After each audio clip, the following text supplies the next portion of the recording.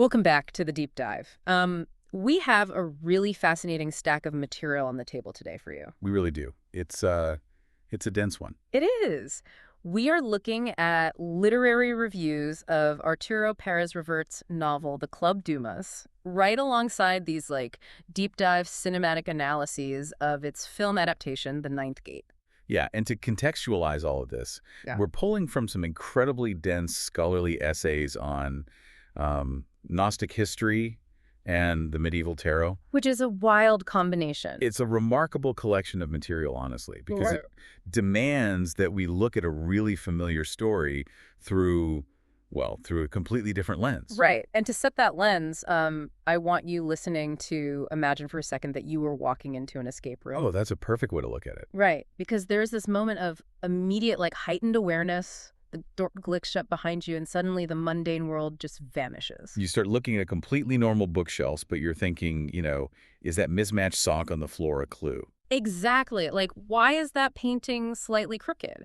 Or what's hiding in that shadow? You stop looking at things as just passive objects. Yeah, you start seeing them as a coded language that's waiting to be unlocked by you. You enter a state where you assume absolutely nothing is accidental. Every detail is a breadcrumb. And that is the exact energy we need for today's mission.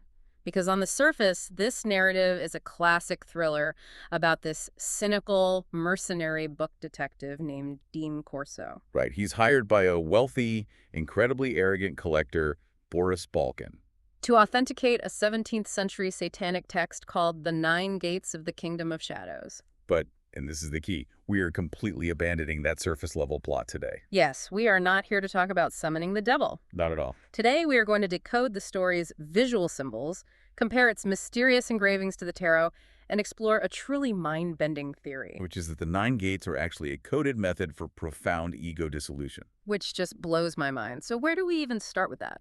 Well, to even begin understanding that psychological journey, we first have to decipher the map the story provides. The nine engravings. Exactly. The series of 9 engravings hidden inside this fictional 17th century book. Yeah. And we aren't flying blind here. No, we have a guide. Right. In Pérez Reverte's original novel, there's a character named Baroness Kessler, who basically serves as an esoteric guide. And she explicitly links these 17th century drawings to the ancient tarot of Marseille. She does, which completely changes everything. Let's unpack that connection, because looking at a supposedly satanic grimoire as a deck of tarot cards, it completely changes the geometry of the story. It reorients the whole thing. Take engraving number 2, for instance. Okay. It depicts an old man standing alone with a lantern and 2 keys. Right. The Baroness maps this directly to Arcanum 9 of the Tarot, which is the Hermit. Oh, okay. And the Hermit symbolizes deep study, internal knowledge, and most importantly, the shedding of worldly power. The literature actually compares this figure to the ancient Greek philosopher Diogenes. Wait, Diogenes, he's the philosopher who famously lived inside a large ceramic jar on the street. That's the one, yeah. Yeah. And the historical legend goes that Alexander the Great, the most powerful conqueror in the known world, approached Diogenes and offered him absolutely anything he desired. And Diogenes just looked at him and asked Alexander to step out of his sunlight. Exactly. Which is, that is a profound rejection of material power. It really is. It's essentially saying that all the wealth and armies in the world are nothing compared to simple, unblocked illumination. Which sets the stage perfectly for the rest of the journey. If you are going to reject material power like the Hermit, you need to understand how to navigate the world differently. Right. Which brings us to engraving number 4. This one shows a jester entering a labyrinth. And in the tarot, this maps to the unnumbered card, right? The fool or the madman. Precisely. And think about a medieval court. The jester is the only person who can mock the king and keep his head. Right, because he operates outside the normal hierarchy. Because he's not playing their game. The fool represents destiny, chance, and this paradigm of freedom. Okay. The essays on tarot highlight that the fool embodies the idea that fate isn't a monolith. The one who rebels, who embraces the unpredictable labyrinth of life, can actually earn a different fate than the one assigned to them. But rebelling against the established order usually comes with a cost. It always does. Yeah. And that cost is illustrated in engraving number 6, which shows a man hanging upside down by one leg. Oh. Yeah. And this corresponds perfectly to Arcanum 12, the Hanged Man. The core meaning here is, quote, Change through sacrifice. Which is a heavy concept. It is, but crucially, this isn't about being a helpless victim. It's about a willing inversion of your perspective. Yeah. You suspend yourself, turning your worldview upside down in order to gain a higher truth. The implication there is wild when you consider the context of the book itself. Right. I mean, in the story, some of these engravings are supposedly signed by LCF Lucifer. But if we view these images through the tarot, prioritizing, shedding worldly power, embracing freedom, and willing sacrifice, that doesn't sound like a cartoonish demon trying to buy your soul for a fiddle of gold. No, not at all. And if we dig into the esoteric history essays provided in our material, the name Lucifer literally translates from Latin as light bringer. Oh, right. In this specific framework, Lucifer isn't the antagonist of humanity. He is a Promethean figure. Borrowing from the Greek myth, right, where Prometheus defies the supreme god Zeus to steal fire and give it to shivering, primitive humans. Exactly, and Prometheus is eternally tortured for that act of rebellion. Right. In certain esoteric traditions, Lucifer is viewed similarly as the ultimate rebel who suffers out of love for mankind, providing humanity with the fire of knowledge and self-determination, through his own sacrifice. Let me stop you there, because this sounds like a massive contradiction. Are these analyses suggesting that a literal devil's book isn't actually about evil at all? That's exactly what they're suggesting. It sounds more like a psychological self-help manual disguised as a horror story. Think of it more as a psychological Rorschach test. Okay. The tarot cards aren't casting magic spells, right? They are diagnostic tools. They hold up a mirror to the reader to initiate a change in perspective. So it depends on who is looking at it. Exactly. If a character is obsessed with power, domination, and evil, that is exactly what the engravings will reflect back to them. Right. But if a character is unwittingly searching for truth, the engravings reveal a path of liberation. It all comes down to the perspective of the reader. Which is something you, as the listener, should consider whenever you encounter a villain in a text, a myth, or even in history. You have to ask, who wrote the history? Right. History is written by the victors. Always. Let's look at the Cathars in the Middle Ages, a sect heavily referenced in these Gnostic texts. The Catholic Church viewed the Cathars as dangerous heretics worshiping a demon. But what did the Cathars believe? The Cathars themselves believed that the creator of the material world was the true evil entity. Wow. To them, the serpent in the Garden of Eden was actually a liberator, offering Adam and Eve the knowledge needed to see through the illusion of their prison.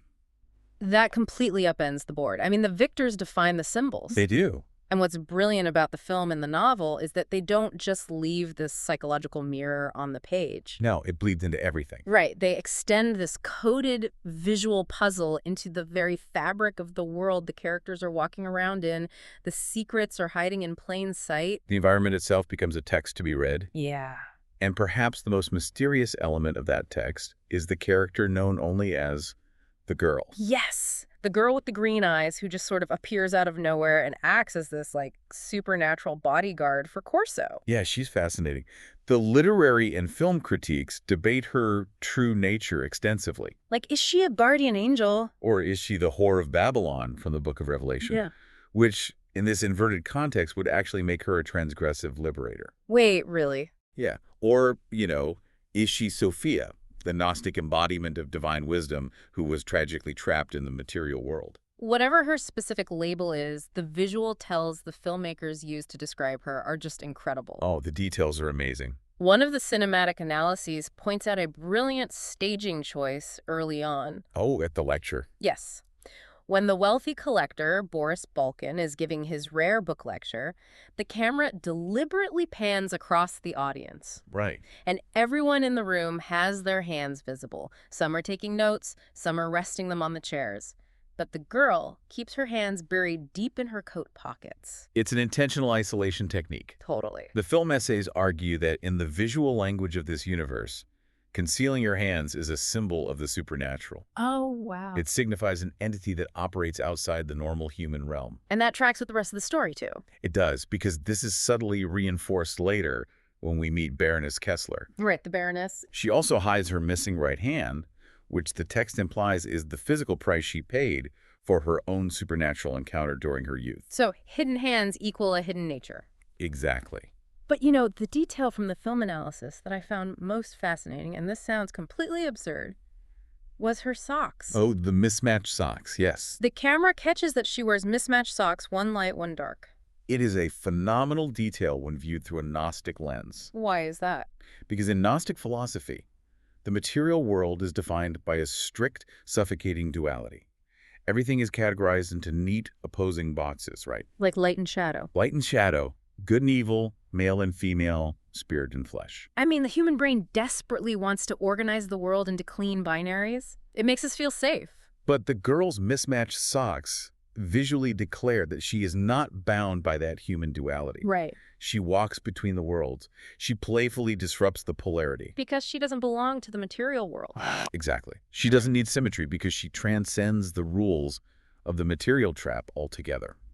It's such a brilliant, blink and you miss it clue. It really is. And it's not just the wardrobe. The architectural spaces in the story are heavily coded as well. Oh, the architecture is huge. The deep dive analyses spend a lot of time on negative space and elevations. Yeah. For instance, when Corso is investigating a bookshelf, the camera specifically focuses on the negative space, the gap where a book is missing. Right, the empty space. It visually represents the hidden truths, the things intentionally left unsaid, the void that actually holds the answer.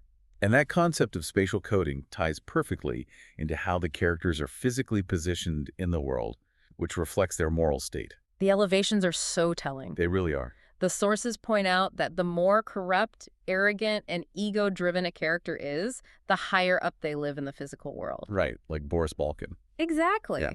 He operates out of a literal penthouse tower looking down on the city. But the characters who possess genuine humility, who do the actual grunt work like the baker Corso meets in Europe, or his friend Bernie the bookseller, they are always found working down in subterranean basements. Always go low ground. Right. But I have to ask, is this just a director playing clever visual tricks for film students to dissect? Or is there a functional narrative reason for all these spatial clues? There is a deep mechanical reason for it, rooted directly in Gnosticism. Okay, lay it on me. To understand it, we have to look at the concept of the Demiurge. The Demiurge. Yeah. In Gnostic belief, the Demiurge is a false, arrogant creator god. Think of the Demiurge not as the true divine source, but as a middle management tyrant. A middle management tyrant? I love that. It's basically what he is. He built the physical universe specifically as a prison to trap divine sparks, which are human souls, inside heavy, confusing matter. So the physical world itself isn't a gift. It's a labyrinth designed to keep you lost. Precisely. The physical world of the film is a trap of material illusions. The immense wealth, the pursuit of rare books, the penthouse towers. These are all distractions created by the Demiurge. To keep people obsessed with matter. Right. And to escape the trap, you have to learn to read the physical world. You have to notice the hidden hands, the mismatched socks, and the negative spaces, recognizing them as, like, glitches in the illusion. Which brings us back to the core question. What does this mean for the nine gates themselves? Yeah. Because once you understand that the material world is an ego-driven illusion built by a tyrant, the true purpose of the book completely changes. Definitely not what it seems. It's not a recipe book for gaining supernatural powers to rule the world. That would just be playing into the Demiurge's hands. Exactly. Instead, the essays argue it's a grueling, systematic method for ego dissolution. That is the ultimate revelation of the text. And we see this play out mechanically by contrasting the two main characters, right? Boris Balkan and Dean Corso. Let's look at Balkan first, because he seems to fundamentally misunderstand the rules of his own universe. He really does. Balkan suffers from demiurgic arrogance. Right. He actually thinks he can become a god. He believes that by simply reciting the Latin phrases under the engravings and performing a theatrical ritual in a ruined castle, he can command the fabric of reality. He views the nine gates as a tool to add to his ego, to gain immense power, wealth, and immortality. He wants to wear spiritual power like a designer suit. Right, he's taking a spiritual formula and trying to plug material desires into it. And because he seeks this knowledge entirely to inflate his worldly ego, the mechanics of the universe punish him. Severely. His ritual fails catastrophically. He experiences a false apotheosis. A false apotheosis, meaning he thinks he's achieved it, but he hasn't. Exactly. He genuinely believes he has transcended fire and achieved immortality, but he hasn't changed internally at all. His ego is fully intact. And so he literally burns to death. Consumed by his own material arrogance. It's brutal. But mechanically, it makes perfect sense within a Gnostic framework. It does. Now, contrast that with Corso.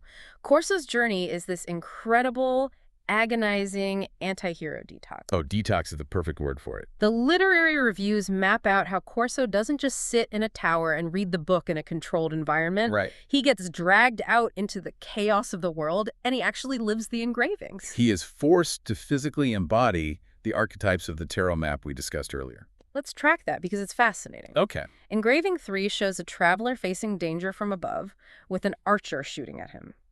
In the narrative, Corso is walking down a narrow alleyway and literally has to dive out of the way of falling scaffolding that nearly crushes him. Yeah. Engraving 4 is the jester entering a labyrinth. Corso is forced to physically break into the maze-like chateau of a wealthy cult. It matches up perfectly. And Engraving 7 depicts a game of chess. Throughout the entire story, Corso is playing a complex, high-stakes game of strategy against rival book collectors and assassins. But what's crucial here is what happens to his psychology while he is surviving these gates. Right. The character analysis in our stack makes a compelling argument that Corso is systematically shedding the 7 deadly sins. Wow. The trials are unknowingly dissolving his ego. And the transformation is staggering if you look closely. I mean, when we first meet Corso, he is driven entirely by greed and intellectual sloth. Oh yeah, he literally falls asleep while Balkan is giving a lecture on rare manuscripts. Right. He doesn't care about the history or the art. He just wants the check to clear. His entire worldview is transactional. Yeah. Everything has a price tag. But as he progresses through the living gates, the world violently strips that away. Piece by piece. He gives up on vanity, taking brutal blows to the face and head, staggering around battered and bloodied. Yeah. He sheds gluttony. He shifts from a man surviving on heavy drinking and expensive tastes to sitting in a quiet, rural pub, eating a simple, humble meal of bread and cheese. And most importantly, he sheds his defining sin greed. Near the climax, Balkan tries to pay him off with a massive fortune to just walk away.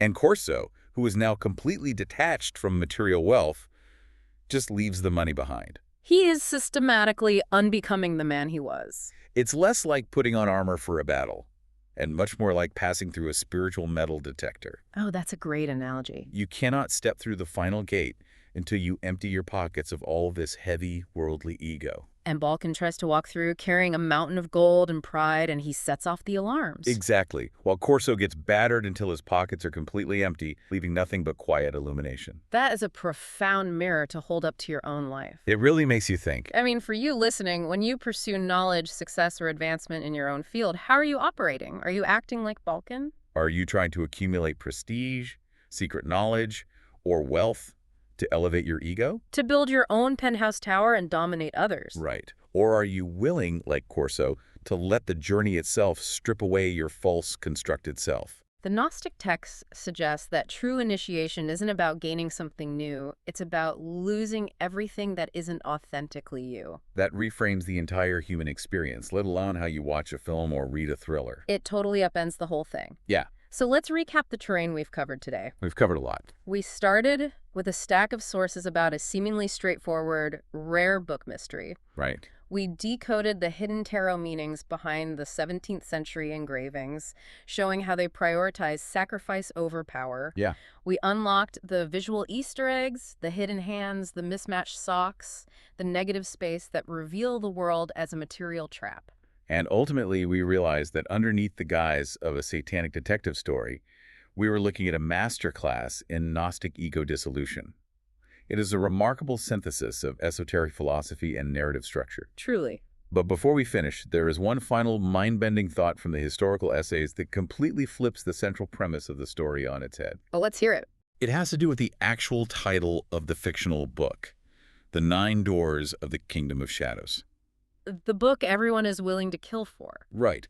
Throughout the narrative, everyone, especially the arrogant collectors like Balkan, assumes that the Kingdom of Shadows refers to hell. Well, yeah, they believe it represents the subterranean realm of the devil. Because it's a demonic grimoire. That's the logical assumption for them to make. Right. But if we examine this through Platonic and Gnostic thought, the place of shadows is not some fiery underworld you go to after you die. Wait, it's not. No. The place of shadows is this world. Oh, wow. It is the material world of the physical senses. It directly mirrors the shadows cast on the wall in Plato's famous allegory of the cave, where humanity is chained, staring at illusions, believing them to be reality. That is, if this world is the kingdom of shadows. Then the 9 gates aren't a ritual to let the devil into our world. Oh my God. They are the exit doors to finally let yourself out of it. They aren't the entrance to hell. They are the emergency exit from the escape room. Exactly that. That is an incredible thought to carry with you. The next time you feel trapped in the endless material illusions of the daily grind, just remember that. Yep. Maybe the way out isn't about acquiring more power or building a taller tower. Maybe it's about shedding the shadows you've been clinging to. Couldn't have said it better. Thank you so much for joining us on this deep dive. Keep questioning the symbols around you, and always remember to look past the surface of the stories you love. We'll catch you next time.